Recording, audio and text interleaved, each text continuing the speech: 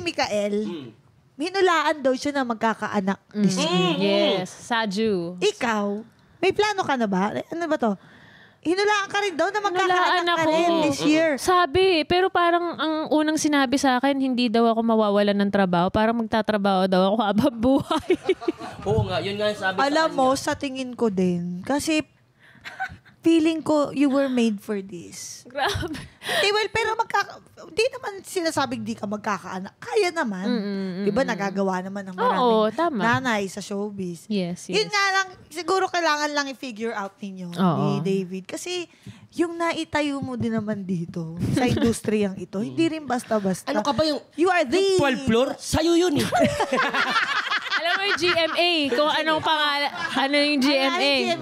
Glyza. Marian, Alden. Alam mo yung dot doon. Yung dot doon, ako yun. Yung INC, dot, ako yun. Ako yung rainbow. Wala na palang rainbow.